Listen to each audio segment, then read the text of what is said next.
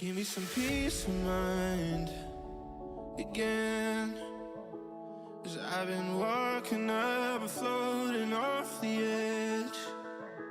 'Cause darling, I think I need the rain, so I can feel something, I only feel the pain. So let me hold you till the end. 'Cause I've been holding on to all the words that you said. And if I fall down, I get up again. 'Cause I've been holding on to all the words that you said. All the words that you said. What is up, boys? Another night. We are back. Again, it's never night. It's always morning with me. I figured for fun, dude, because I gave the options last night if anybody wanted to give their opinion on what I should talk about tonight, and nobody said anything. So we're rolling with BRICE SENSABAUGH. That's what we're talking about tonight. Again, I'm trying to keep it brief. These little stream content things I'm putting out. So we'll see how long I go here. But firstly, we'll jump into the Jazz news of the day. There's none. Zero. On, what is it? August 7th, August 6th, 2026, middle of the off season, there's nothing. So, but I mean, like, I have the Jazz Twitter pulled up if you like want to like see. They posted this video of Darren Peterson today from last month, but like, you know, I've been trying to tell you. like,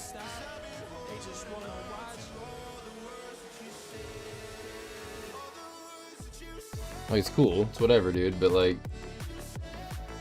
come on, give us more shit, you know what I mean? Like, I don't know. I understand it, it's sports teams, it's off season, they're not gonna put a lot of stuff, but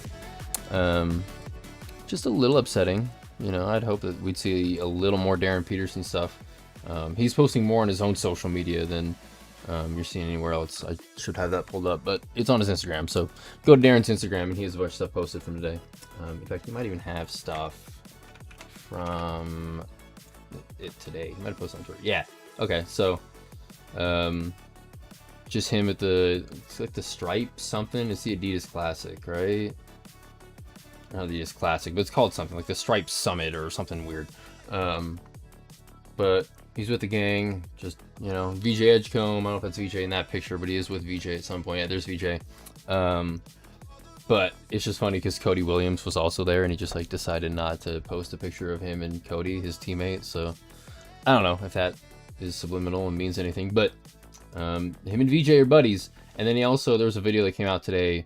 I have it on my Instagram of him talking about, like, somebody's asking him like who would win. I don't know if it's like win on one-on-one or who you taking, you versus blank, and he's like named people like Anthony Edwards, Donovan Mitchell, James Harden, like all these guys. And every time Darren Peterson's like me. I'll be honest, I'm gonna take me, is like basically what he said. So very fun. Shout out to Darren Peterson's confidence level. I don't know, I mean, confidence is always like a big factor when being a really good player. Show me a really elite top whatever NBA player at any given time that, you know, doesn't think that way, then, you know, I don't know. I guess Jokic probably doesn't think that way, frankly. Jokic is probably like, I don't care, bro. But most top NBA players throughout history are like, I'm the shit, I'm gonna beat this guy even if like he wouldn't beat him. So it's like the whole delusion of like, what's his name, who played Michael Jordan one-on-one. He's like, it was Kobe that played Kevin Garnett one-on-one or something. It was like when Kobe was a high school kid, Kobe's like, I got this guy, and like smoked him.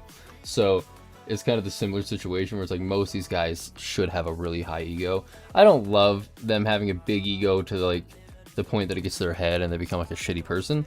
But like on the court, big ego, I'm a big fan of. So, you know, he kind of has that to him. So if you want to watch that video, it was somewhere on my Instagram. But that's pretty much all the news that came out today. Nothing crazy. Darren Peterson doing Darren Peterson stuff and Jazz failing to document it. So here we are. But of course, reason we're here talking tonight, boys, is BRICE SENSABAUGH. The good old BRICE SENSABAUGh. I'm going to try to hit as many angles here as I can, like the bright side first, the good, you know, good cop, bad cop, try to play that here. So we're going to try to talk good about BRICE SENSABAUGH for the first couple minutes here. And then we're going to see what we can get for him kind of situation. But starting out, good old Bricey boy. Just his career stats, just like give you a visual for him before he watches a career high that he had back in January. He averages 21 minutes a game on 45% field goal percentage and 38% from three. So, you can't argue with 38%. I don't know, like, I've always compared him, and this is like not probably a great comparison if we end up trading him or he goes somewhere and turns out really good. Trade him. Blake, what's up, Blake? We're gonna get into that, brother. We're gonna get into that, okay? But I do have him as like a potential like Isaiah Joe type of player. That's always how I've envisioned him, you know. But I also could see him being James Harden. Like, we trade him and then he just blows the fuck up and is like a baby Kawhi. That I've always used that kind of reference for him. So, but I try to hold hope that he's more of an Isaiah Joe kind of guy, and if we were to move him or trade him, that he wouldn't end up being like a catastrophic look on the organization. But that's hearsay. It doesn't matter. But 85% free throw percentage, that's good. Like 38% from three, 85 from the line. That's just consistency of being a good shooter. There's no argument about that. 3 rebounds a game, 1.5 assists. We're not even going to mention a 0.1 block. That's nothing. Half a steal. So, like, 1.5 turnovers. It's whatever. 12 points. So 12 points on 21 minutes. That's, that's fine as a bench scorer. I'd have to go back one of these days. I probably should have done this. And look at James Harden's stats when he was with Oklahoma City before they traded him. And see if they're even like comparable to a guy like SENSABAUGH. It's like, I don't know. We'll watch the highlight here, but I'm a big fan of Bryce on the offensive end specifically. I don't know if I want him as like an offensive creating hub, starting level at least, but whatever Jordan Clarkson could do, I think Bryce SENSABAUGH could do in that sense. I know I use that comparison a lot, but just hold with me there. So I just think it's interesting, like Blake says here, trade him. People want to trade him. I don't disagree. It's just a matter of like what can we get for him kind of situation. So we can sit here and watch his beautiful highlights. 43 points back in January. It's his career high against Chicago. I watched it already. It's nothing crazy goes on here. That's what Blake says. Blake says, if he can fit with our offense and find the open man more, keep him. But I still find him too ball hoggy and not efficient enough to do so. Hopefully he comes to maturity. Yeah, I think this is the correct way to look at it, Blake. I agree. I don't know if I love the term ball hoggy, because in the NBA you kind of have to. You have to be a little selfish, especially if you're on a really shitty team like Bryce has been most of his career. You got to try to get your bag, dude. Try to make the money. Try to get your next contract. But I don't know. I think you're right there. He is. If there is a player on the Jazz that's the most ball hoggy, it's him for sure. I don't know. Keontae needs to. Like, it's his role. So I don't disagree with you on that point, but I just don't know if that's a negative. I don't blame him for it per se, is how I should look at that, Blake. But I do think it comes with maturity. Like, you look at all these guys. Like, look at Markkanen when he was a rookie. He was timid. He was afraid. It's funny. The Bulls are on the screen here. It's like a Markkanen rookie reference. But to be that mature piece. When it comes to like our whole rebuild, what we wanted to do with all those draft picks and everything that we had over the last 2 or 3, 4, 5 years, was to hit on like 1, 2, 3 guys, ideally. Cody didn't hit. Hendricks didn't hit. Clayton didn't hit. SENSABAUGH's probably not gonna hit. Filipowski's probably not gonna hit. Collier's probably not gonna hit. But Keontae, Ace, and Darren, that's a win, boys. That's a win. So, yeah, Blake, it's I just don't think we need to worry about his maturity going forward. If we will get into trade talks here in a second, but I think if there's anything about coming with maturity with him, we don't have time for that, honestly. 'Tis true. Give him a contract. He may not feel the need to prove himself, and he may play better. That's often the case. Not often the case, but that is the case commonly, where dudes get the bag and one of 3 things happen. which is kind of obvious here. A, they literally don't give a fuck. They just give up. They're like, all right, dude, I just made 140 million. We're chilling, dude. I can be out of the league in 3 years. I don't care. DeAndre Ayton. Those kind of things happen, okay? Or you have the middle tier like we're talking about here, Blake, where it's, shit, dude, I made some money. Now I don't feel like all that pressure on my back. Like, I'm just going to go out there and play ball. We're going to have fun here, and I can help my team win, maybe. Or it's the third option where the dude's like, I just got a ton of money. I'm using all these assets to make my body better, my health better, everything better. Trainers, boom, boom, boom, everything. And then they become Giannis Antetokounmpo. So that's kind of the three outcomes typically with contracts like that. So, and again, we'll get into it. Bryce has 1 year left on the contract. I don't know if it's like, again, the negotiating of it all, the deal that would be worked, the timetable for his maturity, as we said. I just don't think he's there, Blake, but doesn't matter. Into these fun highlights, dude. 43 points. He's an elite scorer. There's no debate about that. Nurkic is in uniform and available. Clayton Jr. at the scorer's table. SENSABAUGH drives home a triple. Good start offensively for BRICE. SENSABAUGH, right spot. He loves that left corner. Different skill sets. He said, yeah, it's definitely a luxury to have him. BRICE, what a shot. Again, if you know anything about ball, watch this and think of Isaiah Joe, and you'll see where I'm coming from here. The way he plays is Isaiah Joe-y. Isaiah Joey. So you could tell right off his hands. Great rotation. BRICE SENSABAUGH trying to bang his way down the baseline. Denied. Got the ball back. High floater. That's a tough bucket by the 6'6" guard out of Ohio State. A physical bucket bowler. Way to stay with it, BRICE SENSABAUGH. Against the Rockets. SENSABAUGH's pass knocked down, stolen. He steals it back. Good hustle. Drives on Herder. Right to left hand. Finish.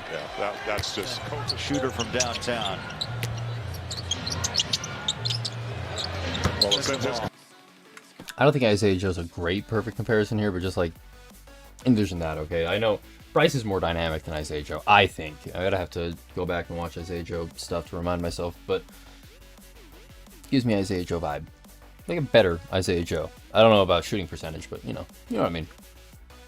Contract 2 bowler. Man, everything going down for BRICE. Jazz have already put 33 up on the board. Chicago 31. Ball's loose. BRICE is there. He's going to try to outrun Terry. Does and knocks it home. Yeah, 17. Boy, right here, he's the point man on the offense. Yeah, Nice out. He brings it into front court. Little crossover right to left. He'll pull the string over Herder. And right now, the hottest hand is Bailey. Back out to BRICE behind the three-point line. Off 1 foot. Are you kidding me? Wow. Are you Come on. kidding me? Clayton is cool and calm to bring it down court. SENSABAUGH winds up the three. Bang. It's stuff like that where I'm like, maybe he becomes James Harden if we trade him, so I don't know if it's worth the risk. You know what I mean? Oh, my. I mean, he's looking at the ball, but got to find a fire extinguisher to put this guy out. He is so hot right now. BRICE SENSABAUGH. Here's Anderson. Under 2.5 to go before halftime. SENSABAUGH with space. Dials up the jumper. Sweet. 28 for SENSABAUGH. It is just amazing how making the Bulls take a long shot. SENSABAUGH, the paint pulls the string. Score it. 32 for BRICE. Oh, beautiful inside move, just short by Clayton. Ball's loose. Ace Bailey comes up with it. Still working. SENSABAUGH's there. Floater. Got it. Oh, boy. What a busted up play, and BRICE just. SENSABAUGH. Little step back shot. Oh, beautiful. See, it's pretty. Again, we're watching highlights here, so let's take everything with a grain of salt, but it's pretty. The offensive game is pretty. Notice there's no defensive highlights here. But he isn't bad defensively. I'd have to look at the metrics one of these days. I should have those pulled up as well. But like he's not a negative when he's on the floor. I don't think so. I don't know. His offense just has to carry him pretty heavily, I believe, because he doesn't have all the physical attributes that a true wing scorer or shooting guard would need in the modern NBA. He's a bit of a tweener, kind of a conversation. But so was PJ Tucker, and look what happened to him. So he had a good career. So it was like Eric Gordon, and he had a decent career. So it doesn't really matter. But kind of a tough situation again, back to his mentality and his maturity and his physical capabilities, and he's kind of a jack of all trades. He's not like elite at anything. I mean, shooting, he probably is the closest thing for him there, but I don't know. I think when it comes to, you know, if anything, being an elite bench player, you need to be elite at something. Unless you want to be like John Conchar or Svi Mykhailiuk, I don't know, but they're not elite bench players, I wouldn't say. In the Windy City. Ace Bailey couldn't get. I think Clarkson is a good comp, as you mentioned. Yeah, I mean, yeah, I think playstyle, that's probably a better comp. I was thinking more like eye test, shooting, like shot form and everything just reminds me of Isaiah Joe. But I think you're right, probably percentages, playstyle, what he provides to a team is probably more Clarkson-y, which is such a homer thing. Like, we're just familiar with Clarkson, that's why it's a good comparison here. Like, you could use really any kind of flamethrower, kind of a scorer, kind of guy, like a Norm Powell would be a good option there, you know. Any of those kind of guys you could consider in that role, but I think Jordan Clarkson's fair. That's fair, Blake. As long as we're like on the same kind of player turntable, we're cool. To the shot. Ace to SENSABAUGH. Rises up, 3 is on the way. And see, that's where he's elite, is that kind of stuff. Gives him his first career night of 40+. All right, buckle up night in Chicago, Jazz. See that, like, that's pretty. It's moments like that where you're like, shit, dude. Like, what if you? But it's like, it's a Taylor Horton Tuckerism. Honestly, is like the best way I can explain it, man. It's like Taylor Horton Tucker would do one thing every like 4 or 5 games, and you'd be like, holy fuck, dude, that's the most athletic thing I've ever seen on the basketball floor. So Bryce has some of those things to him. You're like, shit, Bryce, hell yeah. And then it's, you know, he goes 4 games in a row and scores 3 points, 5 points, 4 points, and 7 points. So like, it just, I don't know. But then he'll have 43 points out of nowhere. So it's really tough to gauge with him. I don't know if there's a ton more highlight here, but flat-footed. Yeah, like, I mean, what an amazingly it's nice, dude. executed play. It's nice, but again, it's the Taylor Horton Tucker of it all. It's just like how much you love. So that's as much as we can talk friendly about Bryce SENSABAUGH. Now we're gonna ship his ass out. I don't know. I came up with 3 trades. I made sure they were successful through the ESPN trade machine, as you can see one of them here. But I didn't do any like pick trading or anything because like you can't figure that. So I didn't include any picks, and I feel really dumb to assume and be like 2 second rounders, a first in 3 seconds. Like, I don't want to make up that assumption. I don't understand pick value to the degree that I probably should. So I just did contracts if contracts would match. If you don't understand salary cap, when it comes to like trading, how the cap has to be matched and everything, I should have prepared, pulled it on screen.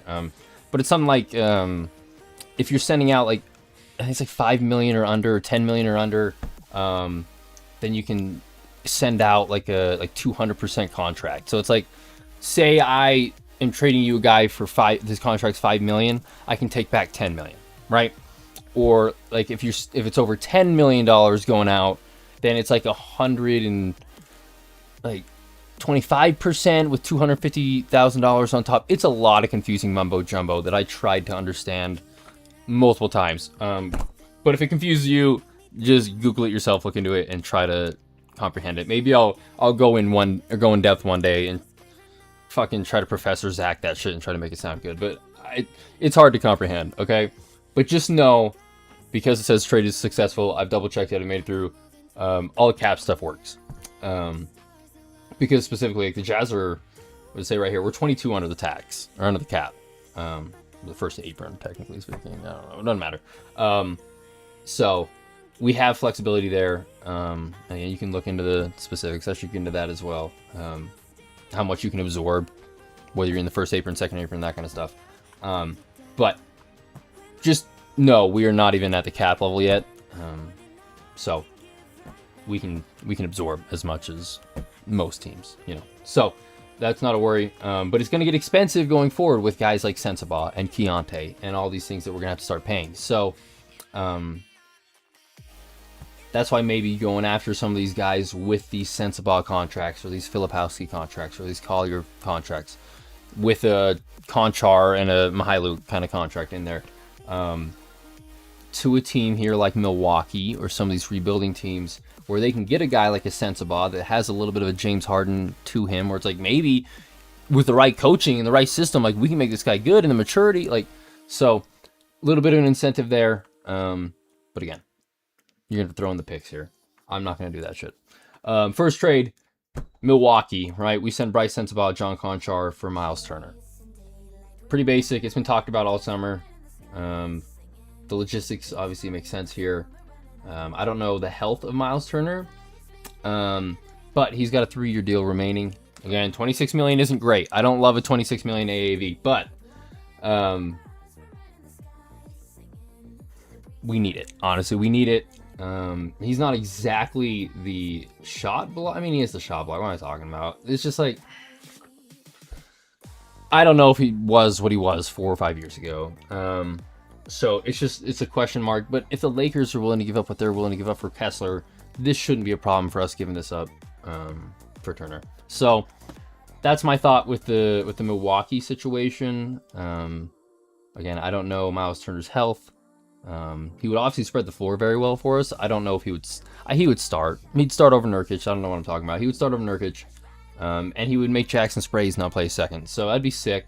In fact, I should have included him, but most of these guys that we signed, in fact, all the guys that we signed, you can't trade them. I don't know the date. It's like middle December, I think. Somebody can let me know in the comments. I'll have to look it up. But I think once you sign with a team, you're not eligible to be traded till like mid-December. So that's why we can't really throw those guys in the trade machine right now. Wouldn't let me. But dude, I would have thrown Jackson Sprays in this trade or all these trades like for fun, dude. So whatever. So Miles Turner would make sense for us. It'd make us way deeper at the front court. It wouldn't make us as deep as we would have been with Kessler, but close, right? So that's my trade there. Again, throw in picks that you want. In this situation, we would have to be giving picks. If you think it's somehow, some way we're going to have SENSABAUGH, Conchar, and getting Miles Turner and picks, you're insane. So that's not going to happen there. I don't know if it'd be 1 second or 5 firsts. Honestly, I have no fucking idea. But picks would have to be included there. In fact, picks would probably have to be included in all this. Next, I've got a trade with the LA Clippers, and we're bringing back Chris Dunn. He solves a need, obviously, at the perimeter defensive situation. We're hoping Darren Peterson can fit that bill, but it's kind of hard to put that kind of trust in a rookie. I don't believe in it. So, but if I do believe in it, it's going to be in a guy like Darren Peterson. So it's gray. It's a gray area. But Chris Dunn coming back to the 801, baby. 385, whatever you want to call it, boy. Mine's 801, so I say 801, okay? Chris Dunn back to the 801. And again, we're sending off SENSABAUGH and Svi Mihailuk. Only situation I think makes sense here is the Clippers are like, bro, now we got BRICE, SENSABAUGH to add to our little young core that somebody's gonna develop. So like they got Benny Mathurin, they got Darius Garland, they got him, they got Keaton Wagler. So I think it makes sense for the Clippers. I don't know. I hate to say it. I think they may have to include picks in this situation. Do not get me wrong. I love Chris Dunn, but it's a 1-year deal. We loved him last time, and he left us for the bright lights of LA. So I don't know, but obviously a 1-year rental, it's worth it. And ESPN analysis says that we would get a +1 win from this trade, and the Clippers would get -2 wins. So we'd improve barely, and they would get worse barely. But so really a 2K kind of stat there. Who fucking knows? Maybe if Caesar Sportsbook says something like that, I'd trust it a little more, which is insane. But this one makes sense to me again for the perimeter situation, teaching Darren Peterson and all that kind of stuff, like being a mentor. I've always been really like, get mad at me if you want. I've always been a big believer of like having a mentor in the locker room, whether it be a culture setter, whether it be a serious veteran like a Kevin Love kind of guy, which probably isn't coming back after the news today, which we'll get into. That kind of situation I've always been a fan of. Like, that's why a couple years ago I was like, let's bring in Drew Holiday. I know we're not going to compete, but like Drew Holiday with Keontae, like having him fill the Mike Conley kind of role, I liked it. I was a big fan of that idea. So I think bringing Chris Dunn back just for that itself might be worth it. It helps us push for the playoffs this year. But again, if SENSABAUGH ends up being a super duper star in LA, then it's, you know, are these risks worth taking? So again, let me know there, but I think we would probably get picks in this just because of Chris Dunn's age and it's a 1-year contract. So let me know there. And then last trade that I have set up here is the Utah Jazz send BRICE SENSABAUGH to the Dallas Mavericks for Daniel Gafford. That's it. We don't send anybody else. They don't send anybody else. 1-for-1. Obviously, picks are included. We're sending many of picks to Dallas in this situation. Mainly because Daniel Gafford's on a 3-year deal. So we still get him for the remaining Jaren and Lowry and whatever years as the other boys develop. And he's only making 17 AAV. 17.2 AAV. So it kind of adds up. If it's, you know, if we were willing to pay Walker 30, whatever it was, Gafford at 17 sounds sick as fuck to me. So that's my idea here. I don't think any of these teams accept these trades. Like, I think if any of these 3 teams would accept it, it'd be the Clippers trade. I think LA would be like, maybe, you know what I mean? But I don't think Milwaukee does it. I think they can get more from another team for Miles Turner. At least to the point where Danny and Austin wouldn't up their price. So, like, it wouldn't be worth it for him. And then I just don't think Dallas is for the similar reason. I think they can get, like, they're rebuilding. They don't need Daniel Gafford. He's making 17 AAV. Like, they can send him to a contender. Like, whoever the fuck needs him, like, if Joel gets hurt in, like, December, bro, Philly, bring him over. So that's my argument with these teams. Like, it's not that it doesn't fit. It's not that we don't have the assets. It's not that it's not a good situation for SENSABAUGH. It's not that it's a good situation for the other player coming here. I just don't think the other team, which is... Look, if you know anything about trades in any sport, dude, it's a two-way street, okay? You can offer whatever you want. It's not always going to be accepted. Unless you're fucking Nico Harrison and you're just like, yo, dude, you want Luka Doncic for a bag of chips? Like, certain things happen, but normally the other team is not willing to bounce around with you. Like, it's just not how it works. Especially if they're in the same conference as you. Like, Dallas, why the fuck would they do this? Like, unless they're, like, confident SENSABAUGH is going to be really good with Cooper Flag and everything they got going there. And then, like, the picks that they're receiving in return. Like, I just think for them rebuilding, they could probably do better from another team, you know. Get some other teams, you know, protected first-round pick and, you know, like, they could get stuff from other teams that are probably more valuable, I think, for Daniel Gafford. So, that's my problem there. And those are the trades that I've come up with. Nothing new. But I did forget, dude. I did space. There was news today. The Jazz made a signing. The Utah Jazz, dude. Free agent guard Terrell Brown Jr., who helped Greensboro Swarm to a G League championship, has reached an agreement on a deal with the Utah Jazz, his agent of whatever sports tells me. So, we'll probably spend some time tomorrow talking about Terrell Brown. But I did watch a little bit of it was like a 30-second highlight thing that popped up on my Instagram or Twitter or whatever it was earlier when the announcement happened.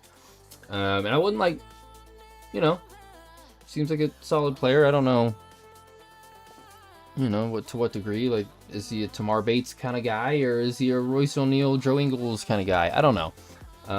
But seems like a solid player. I didn't watch any interviews or anything. I don't know if he's like a solid dude, but he's there. And the kind of the problem with that, which is awesome. Look, good for him. I love the idea of anybody making the league, getting in the league, grinding your way out. Like, I love those kind of stories.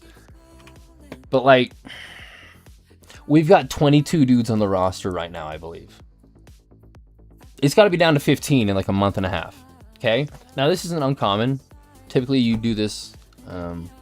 But for those that are, like, pushing for Kevin Love to be back, I don't think it's going to happen, brother. Like, I don't know if he's just figuring out a deal with Philadelphia or, you know, maybe going back to Cleveland, what he wants. But the fact we got 22 dudes on the roster right now is, like, not a good sign for bringing back Kevin Love. So, that's that. That's the news. Shout out Terrell Brown. Yeah, man, that's all I got. Nothing new. Good 30-minute stream there. We'll end it, boys. I appreciate you. As always, dude, we'll give the shout-outs, dude. Shout-out Jasmine, Jake, Javin, Spencer, the GOATs, dude. They're 199, boys. One away. If you're watching this right now, you can be the 200th sub to the Jasmine podcast. I highly recommend it.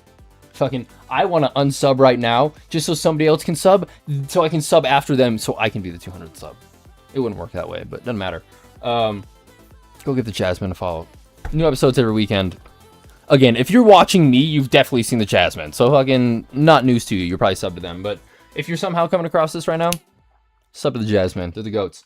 Then next, of course, where are they? T-Talk. The goats. Ty Talon. Great dudes. They're, again, episodes every bi-weekly, I think, is how it is right now. And then streams throughout the week, whenever, kind of however. Story time, stuff like that. So, shout out Ty, shout out Talon, shout out the gang. Good for them, good for the boys, good for everybody. So, shout out to them, and then obviously my channel. All links are down below. Sub to the channel, it's appreciated. Again, I've been doing Minecraft stuff. You're seeing right here, we're Utah Jazz channel, okay? And Utah Mammoth at some point. I'm just having fun in the off season, and we're playing Minecraft, honestly. So, like, I apologize for the notification gang. They're like, why the fuck is this fucking dude playing Minecraft? I get it, I apologize. It's just, like, also to the point where, like, I don't... How do I put it? I care, but, like, I'm having fun. I'm just doing this for fun here. So, apologies if you're, like, mad that I'm doing a lot of Minecraft stuff right now, but maybe just click on the Jazz stuff. You know what I mean? I'm still doing Jazz stuff every day. Every single day I'm doing Jazz stuff. So, whatever. It's there. It's an option, guys. Twitter or X or whatever is also down below. That's just Jazz stuff. TikTok is down below. I'm trying to be more consistent with that. And then my Instagram is also down below. But that's it, dude. I do appreciate you guys. Yeah, man. I don't know what else to say. I'm going to be trying to do more video-based content. I know, clearly, if you look at my channel, it's like fucking live streams only. And then it's shorts that are clips of the live stream. So it's really the same shit. But I'm going to try to do more, like, actual video-based content going forward, like, once a week kind of situation. But I don't know what, like, my style is going to be. I don't know what I'm going to do. So, expect that at some point. I don't know what days I'll upload a video from Sunday afternoons. I don't know. But expect that.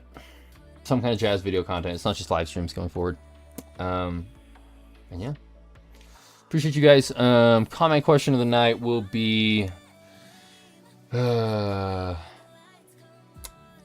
we're going to trade SENSABAUGH, where do you want us to trade him and who for? If it's one of the trades I suggested, maybe just, like, go in depth and tell me what you think picks should be involved, or, you know, other players should be involved.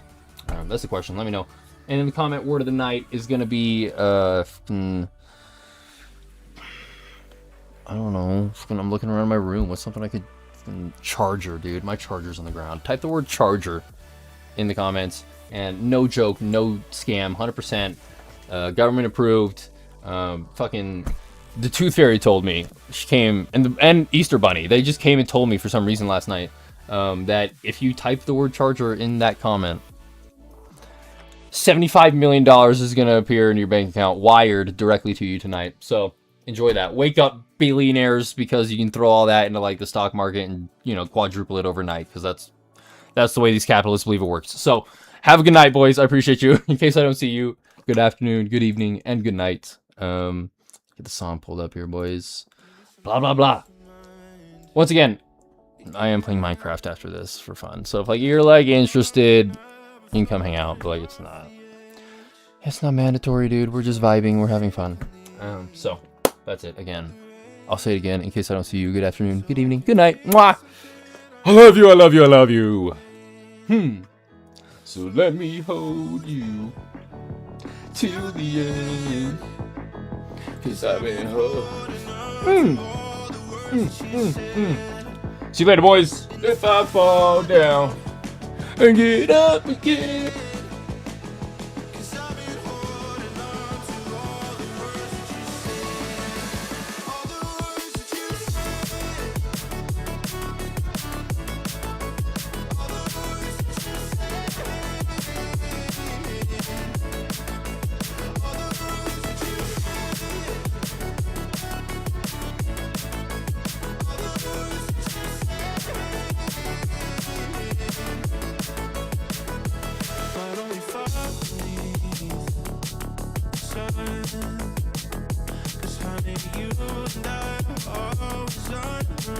Gonna be loving you. Saying, why do we feed the fire when we can breathe the flame? So let me hold you till the end, 'cause I've been holding on to all the words that you said. And if I fall down, I get up.